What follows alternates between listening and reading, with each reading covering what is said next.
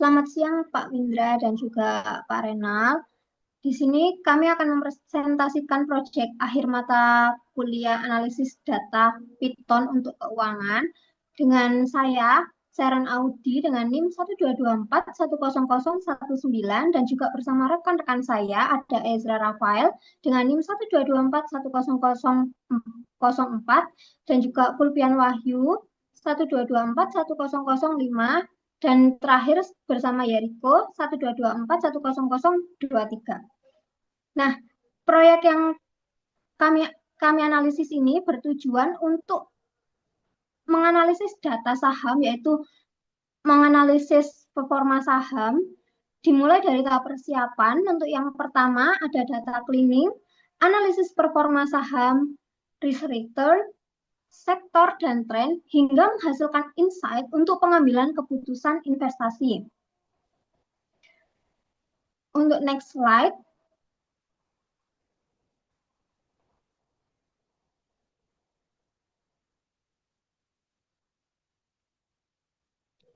oke.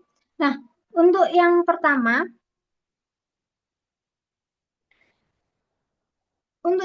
ini merupakan kita bisa lihat ini adalah data yang diketahui yang masih belum belum sesuai dengan standar yang diminta. Jadi kita menyiapkan dan memastikan data mentah ini dapat dibaca dengan benar.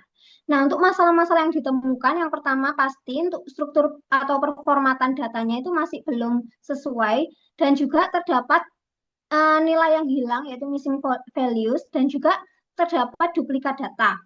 Nah, strategi data yang diterapkan, yang kami terapkan yaitu dengan mengubah nilai close sebelumnya dengan per saham dan juga fokus pada kolom yang relevan. Oke, bisa kita lihat untuk ini adalah Jupiternya, ini adalah hasil codingan kami. Untuk yang bagian pertama,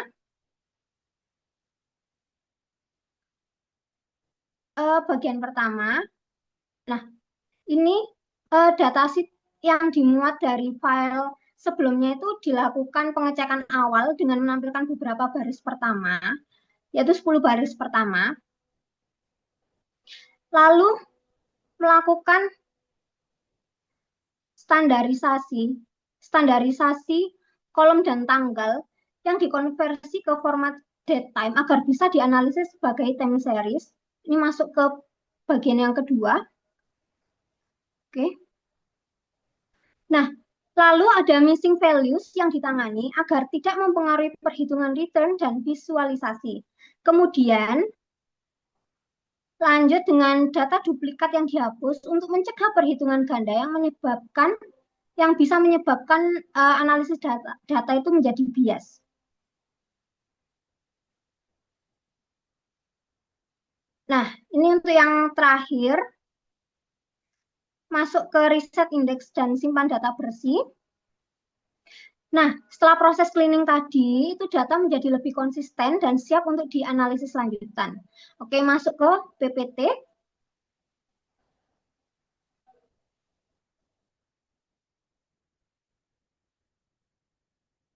Nah, bisa kita lihat di sini bersama, yaitu summary datanya. Untuk yang pertama, itu kan datanya masih belum sesuai dengan performatan. Dan sesudah cleaning itu sesuai, sudah bisa dianalisis. Nah, setelah data ini siap dan bersih, analisis dilanjutkan ke tahap evaluasi performa saham dan resiko yang akan dijelaskan oleh rekan saya. Terima kasih.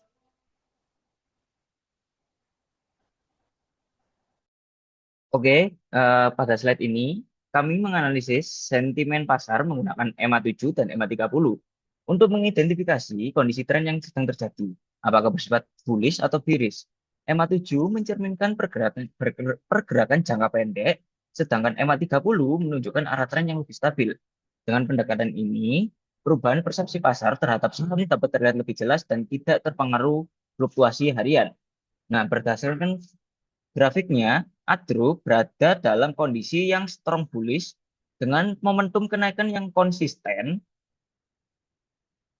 ini seperti yang di bawah, Adro, kenaikan yang konsisten dan menunjukkan bahwa tren harga ini bergerak searah dengan ekspektasi pasar yang positif. Nah, hal ini tuh mengindikasikan performa sahamnya itu relatif unggul dibandingkan saham yang lainnya.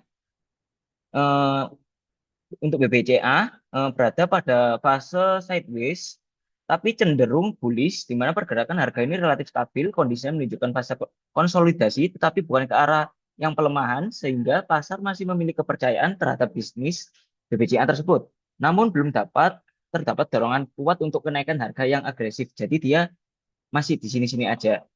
Sementara itu untuk Telkom atau sahamnya bernama TLKM berada dalam kondisi bearish, di mana tekanan jual lebih dominan dan sentimen pasar ini cenderung melemah.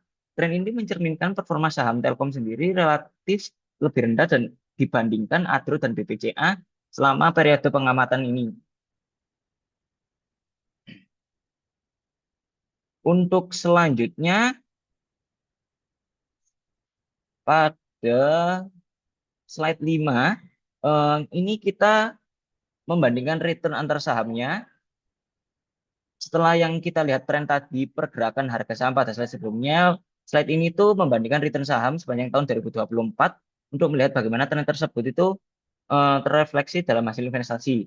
Dari grafik terlihat bahwa Adro ini mencatat return paling tinggi yang menunjukkan bahwa tren naik yang konsisten sebelumnya benar-benar menghasilkan imbal hasil yang signifikan bagi investor. Nah, hal ini itu mengonfirmasi bahwa performa tren yang kuat sejalan dengan hasil return yang tinggi. Sementara itu, saham seperti BBCA, BBRI, ASI mencatat return positif namun lebih moderat. Dan hal ini itu menunjukkan karakter saham yang lebih stabil, di mana kenaikan harga ini terjadi secara bertahap tanpa volatilitas yang ekstrim. Nah, sebaliknya Telkom dan XCL mendapatkan return negatif yang menunjukkan bahwa tren menurun pada saham-saham tersebut bertambah langsung pada kinerja investasi. Secara keseluruhan, grafik ini menegaskan bahwa eh, saham dengan tren yang kuat itu cenderung menghasilkan return yang lebih tinggi, sedangkan saham dengan tren melemah berpotensi memberikan return yang negatif. Oke, untuk slide selanjutnya, top performance dan worst performance. Top performance-nya sendiri diperoleh oleh Adaro Energi, yakni Adro. Adro mencatat return tertinggi pada tahun 2024 sebesar 100, kurang lebih 107,5%. Tinggi return ini menunjukkan bahwa performa saham Adro ini sangat unggul dibanding saham lainnya. Hal ini sejalan dengan pergerakan harga yang menunjukkan tren naik kuat. Sehingga kenaikan harga saham secara konsisten menghasilkan imbal hasil yang signifikan bagi investor. Untuk worst performance-nya sendiri ada dua, yakni Telkom Indonesia, TLKM, mencatat return negatif sebesar kurang lebih 15,8% pada tahun 2024. Return negatif ini menunjukkan bahwa kinerja saham Telkom ini melemah sepanjang periode pengamatan kami, dan penurunan tersebut mencerminkan tekanan pasar yang menyebabkan harga pasar saham tidak mampu memberikan imbal hasil yang positif.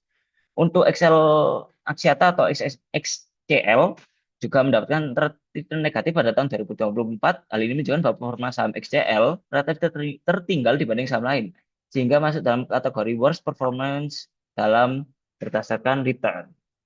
Untuk selanjutnya akan dilanjutkan oleh rekan saya, Yeriko.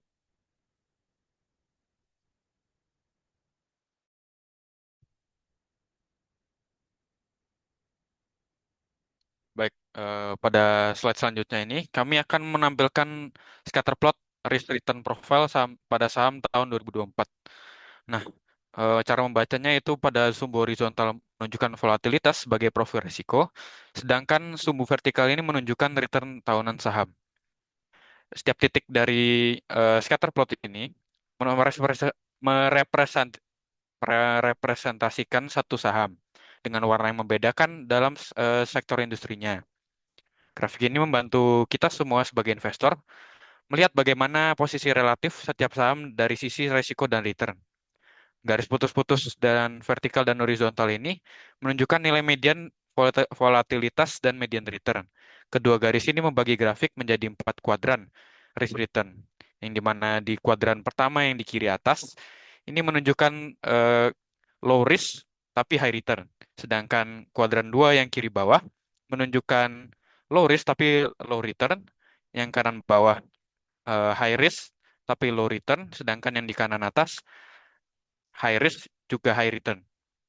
Dengan visualisasi ini terlihat bahwa hubungan antara risiko dan return tidak selalu bergerak searah. Beberapa saham dengan risiko tinggi justru memberikan return yang lebih rendah, sementara ada saham yang mampu menghasilkan return tinggi dengan risiko yang lebih rendah. Selanjutnya,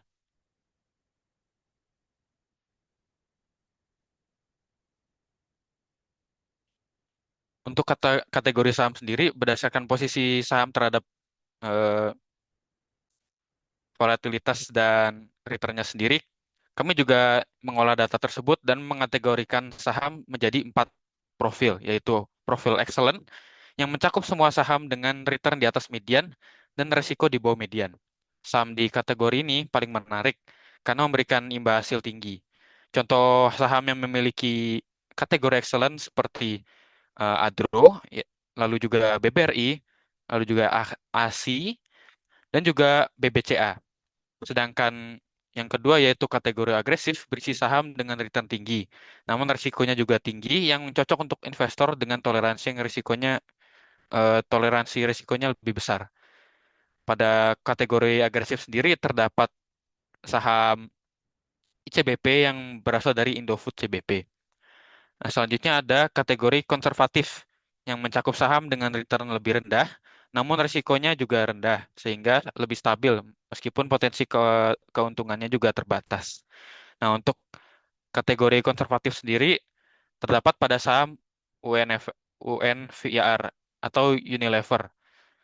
Untuk kategori terakhir yaitu PUR, berisi dengan saham yang returnnya lebih rendah, namun risikonya sangat tinggi, sehingga memiliki trade-off yang kurang optimal bagi investor. Untuk kategori PUR sendiri terdapat 4 saham ya. Yang pertama itu ada saham PGAS, yaitu perusahaan gas negara, lalu perusahaan BMRI atau Bank Mandiri, Telkom, dan juga Excel Axiata. Nah, analisis ini menunjukkan adanya trade-off risk dan return, namun trade-off ini tidak selalu seimbang. Idealnya itu investor selalu mengharapkan return yang tinggi sebagai kompensasi dari risiko yang lebih besar. Namun pada kenyataannya, terdapat saham dengan risiko yang tinggi dan tidak memberikan return yang sepadan. Oleh karena itu, analisis risk dan return dan kategorisasi saham membantu investor memiliki saham yang paling efisien, bukan sekadar yang paling berisiko atau paling populer dibeli.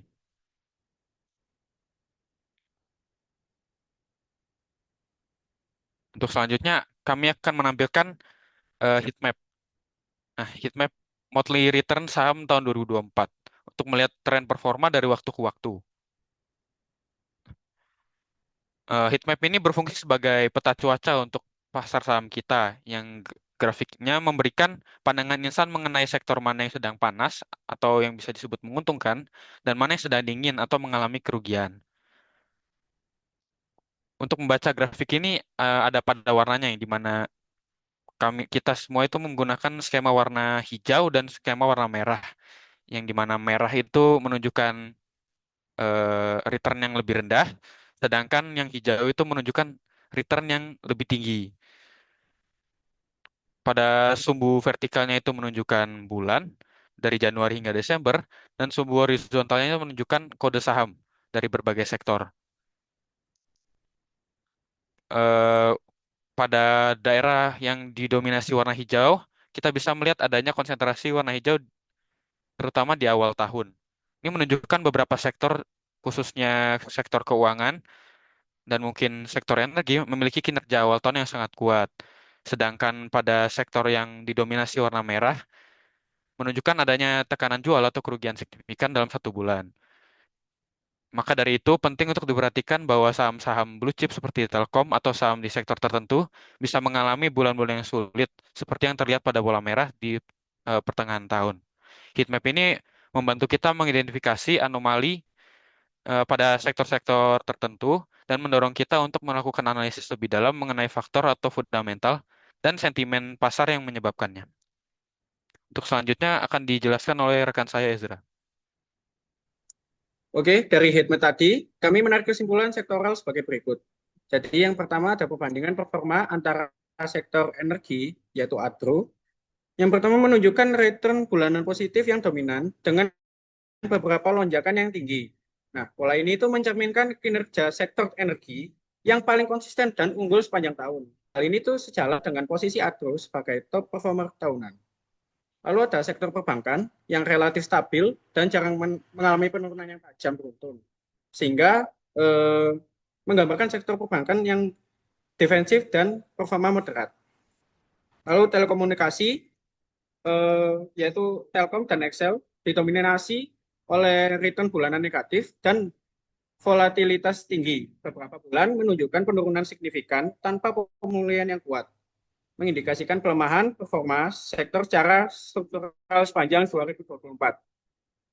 Lalu ada konsumsi dan industri seperti ICBP, ASI, Unilever, dan Pegas.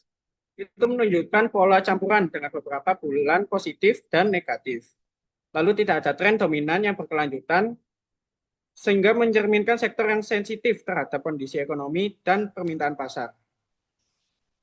Lalu di sini pola utama yang kami temukan yaitu yang pertama sektor energi menunjukkan performa yang paling konsisten dan kuat. Yang kedua sektor perbankan relatif stabil dan moderat. Sektor telekomunikasi mengalami tren pelemahan yang berulang. Dan yang terakhir perbedaan warna terhadap heat map menegaskan variasi performa antar sektor dan antar waktu. Next.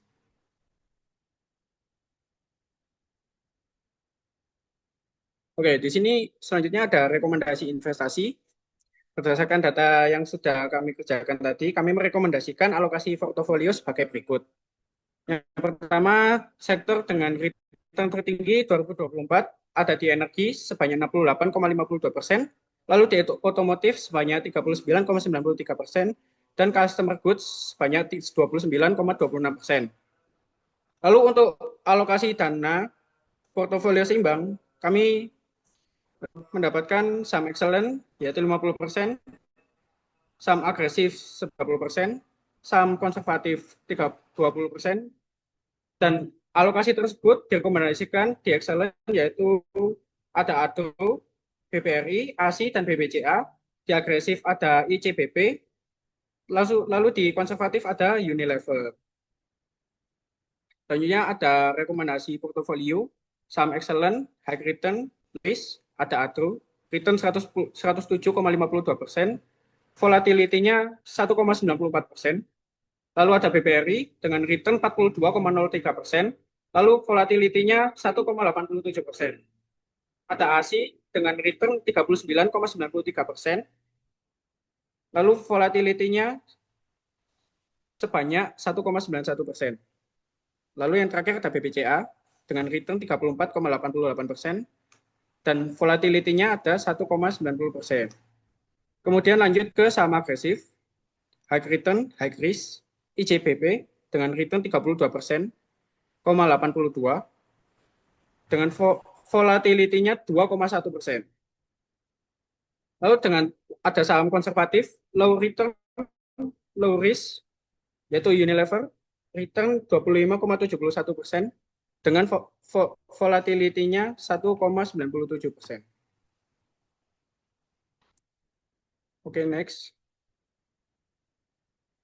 Lalu ada kesimpulan dan keterbatasan. Di sini key insight-nya terdapat top 3 saham terbaik return tertinggi, yaitu ADRO dengan return-nya itu 107,52%, BRI 42,03%, dan ASI. Lalu ada top 3 saham paling stabil, volatilitasnya itu paling rendah. Di situ ada BBRI 97%, BBCA 1,90%, dan ASI 1,91%. Lalu di sini ada risk return profile summary. Di sini ada excellent, terdapat 4 saham, poor 4 saham, agresif 1 saham, dan konservatif 1 saham. Lalu di sini kami menarik kesimpulan dari analisis periode 2023 hingga 2024, ditemukan saham dengan performa baik dan risiko yang beragam. Yang kedua, portofolio yang direkomendasikan menggabungkan saham growth, yaitu excellent atau agresif, dengan saham defensif atau konservatif untuk menyeimbangkan risk dan return. Lalu diversifikasi antar sektor juga dilakukan untuk mengurangi risiko secara sistematik. Kemudian ada keterbatasan dari analisis. Yang pertama, data yang digunakan adalah data dummy, bukan data dari real PEI. Lalu yang kedua, analisis ini hanya berdasarkan data historis dan tidak memprediksi performa masa depan. Lalu yang ketiga, performa makroekonomi, sentimen pasar, dan peristiwa korporat yang tidak dipertimbangkan. Lalu biaya transaksi, pajak, dan fee broker tidak termasuk dalam perhitungan reader. Untuk saran analisis lanjutan, yang pertama tambahkan analisis correlation matrix untuk diversifikasi yang lebih baik. Yang kedua gunakan model prediksi atau MA, exponential smoothing, ARIMA untuk forecast. Pertimbangkan value at risk atau VAR dan stress testing untuk manajemen risiko. Lalu yang terakhir analisis fundamental perusahaan untuk validasi investment thesis. Next. Sekian Oke, dari kelompok sekian. kami. Terima kasih. Assalamualaikum warahmatullahi wabarakatuh.